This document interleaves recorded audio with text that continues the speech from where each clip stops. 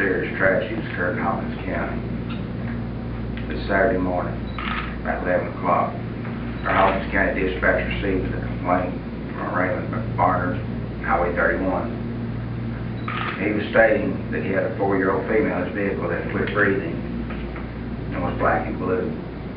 He also stated the child had fell, hit her head on the floor, and had 2 large bruises on her forehead. This child, identified as Emily Madison Barnard. She's 3 years old. She lived in Morrisburg. Emily was flown by medical helicopter to John C. Medical Center, where she was treated for extensive head injuries and bruises all over her body. As a result of her injuries, Emily passed away this Monday afternoon.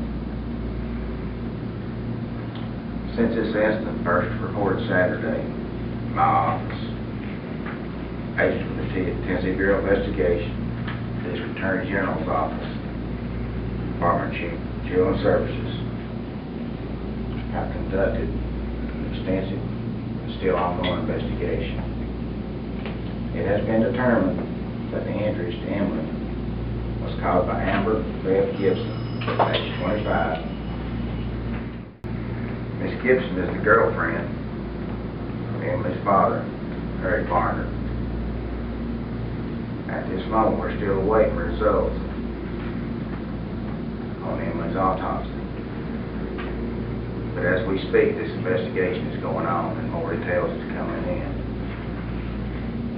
Once this investigation is complete, we will be pressing charges against Amber or anyone else involved. We're still in the early stages. But I felt like the public and you all need to know where we stand at this time. We're still early on. As soon as we find out what Amber Gibson's going to be charged with, she'll be the first to know. I uncovered her and I looked. I wanted to see for myself. And clearly to you it was no accident? No. There's no way this child could have got all those bruises by accident. You know, like I said, I have 3 grandkids. We have 3 others that live with us. I have 2 grandsons. I know bumps and bruises. These were not bumps and bruises. These were not caused by a fall or just everyday play. Because when we had her, she never had a mark on her nowhere. And the bruises on her back and her butt and her leg, no. That child could not have got those by just a simple fall. Did it look like someone was hitting her? Yes. She had a huge bruise on the side of her face right here. Huge, and it was green, and her eye was swollen. That didn't come, I mean, yes, she could fail, but it was not from a fall. I've seen her fall. She's fell at the house many times and got little knots and bumps and bruises. But never once did she lose consciousness and no. This was intentional. And I would like to hear her. I don't know if it would make sense or if it would, there's no sense to make, but I want to hear it come out of her mouth. What happened to this child to make her go off like this? We want to see justice for Emily. We were the first ones to have custody of Emily for over a year. She was the sweetest child that you could ever, I mean, she has touched the hearts all over the world. When they removed her from the home. Yes. Emily was first removed from Eric and Angie. She was given to me. Right, but when she went to Billy Bernard, were you guys against that, or? No, there's several that were interested in adopting her. And Billy said, well, the grandfather said, well, I'll take custody, because Eric, she loved her dad. Emily loved her father very much. And I think he loved her. He came to visit on a pretty regular basis. Billy said, well, we'll take custody. I'll take custody. Eric will move in with us, and we'll assist him in going through the proper steps. And so he could petition the court to get custody back of her. We thought that was the best thing for Emily, because she adored her father. Well, apparently that wasn't the way it worked out. And somehow when Eric moved out, Emily was allowed to go with Eric. So do you blame that side of the family? Yes, I do. Yes. Because to me, in my personal opinion, he was responsible for her safety. Could he foresee the future as what was going to happen? No, none of us could. But he was not supposed to let her live outside his home. She seemed nice enough to me. So yeah, I was very shocked when I found out that this happened. What would you like to say to her if she was responsible? I don't think I can say that on TV. I don't, you know, to me, personally, I think jail's too good for her. I mean, Emily's not going to get the chance to have 3 meals a day and a place to sleep. I'll never be able to see her graduate. I'll never see her start her first day of school. I'll never get to see her walk down the aisle and get married. She stole that from us. And that's something that we can't get back. She took that from us. And that's just, it's wrong. It's just not right. And I hope they prosecute her to the fullest of the law that's allowed. We went on up Cherokee to get another load of brush. And I got up on the boom truck and started loading brush, and telephone rang. And it was my brother Glenn. So Bill said, you got to get to the fire department. Said Emily has had an accident. Well, I just turned the phone off, put it back in the pouch, and I hollered at Eric. And I told him, I said, take a tool truck and go to the fire department. Emily's had an accident. That's the only thing I told him. He left right quick. And I headed on off in the mountain with the old truck. It's heavy and I have to go slow. And as I was going off the mountain, I could see Lifestar fly away. Eric had done left. My brother Raymond called me and said, Bill, get down here right away. He said, they know Lifestar Emily out of here. Said I said, how is she? He said, it ain't no accident, Bill. I said, what happened? He said, it ain't no accident.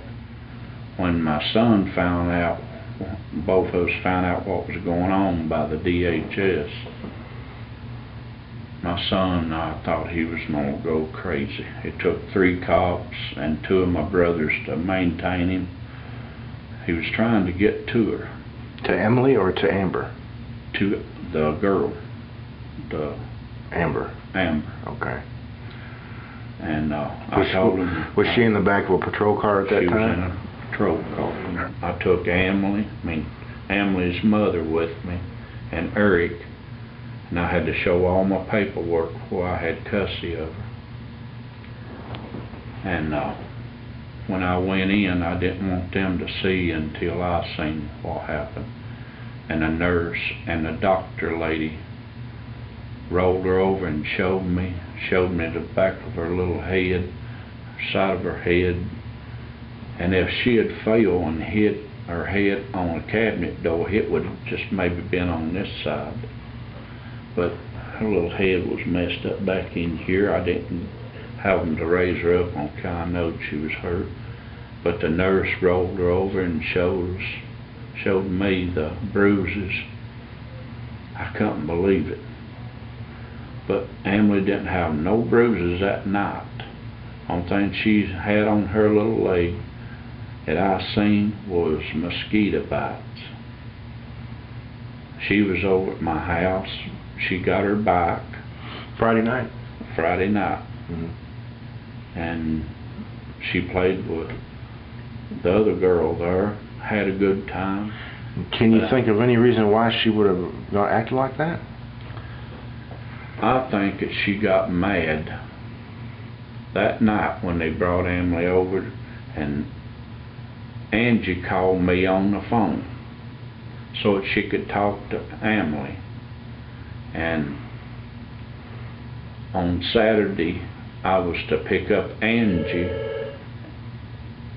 and take the grandbaby and us go up here at Rodsville and eat Kentucky Fried Chicken or go to the Chinese place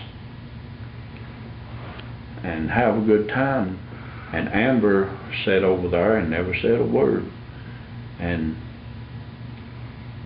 little Emily was tickled to death that she was going to get to see her mother. Well, I told Angie, I said, we don't work till 12 o'clock. Then I'll get Emily and I'll pick you up and we'll go get dinner and go to the park and go shopping. Mm-hmm. But dinner time never did come.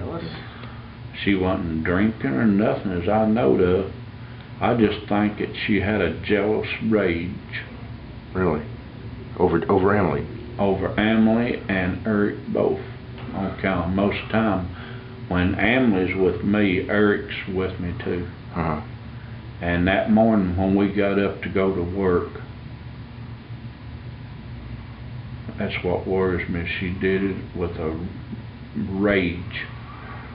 And was Eric coming to eat with you all Saturday Yeah. too? Oh, so that's what had her upset, you reckon? I think that's what it was. That's the only thing I could Is figure. there any indication that Amber had been mean to her before? I've never seen no meanness. Why, the question that people are going to ask is, why was Emily at their place when you had custody? My son and my grandbaby was so close. And Ken Harbin, the reason I got custody of him is on account Ken Harbin, Emily's great-grandpa, wanted me to put her with Eric as much as I could on account she talked about him, and she loved her dad. And they was a good couple to play, and it was good for Emily. The thing about Amber's jealousy, had you seen her be jealous before? Had they fought over that? I've never seen no problems like that. But Friday night when you all were making your plans, you seen her steaming a little bit? She was steaming a little bit sitting in a chair over from us. Uh-huh. I could tell she was getting antsy. When she found out that Eric was going with his ex-wife? Well, he was going with us, but I don't think Eric wanted anything to do with Angie. Yeah. But I don't know if there's anything to this, but I was going to take little Emily to meet her mother. And I sensed that she sure didn't like it. Did Eric say anything about when he started work with you Saturday morning? Was she acting funny or anything? He didn't say nothing. They was still in bed asleep, I think. What time did you get the call? I can't remember. Everything happened so quick.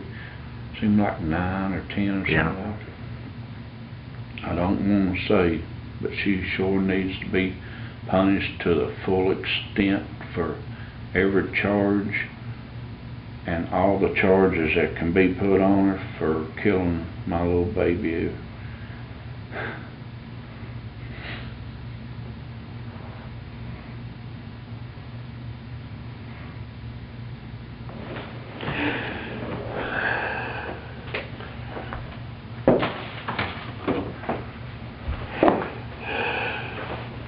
You all right, Billy?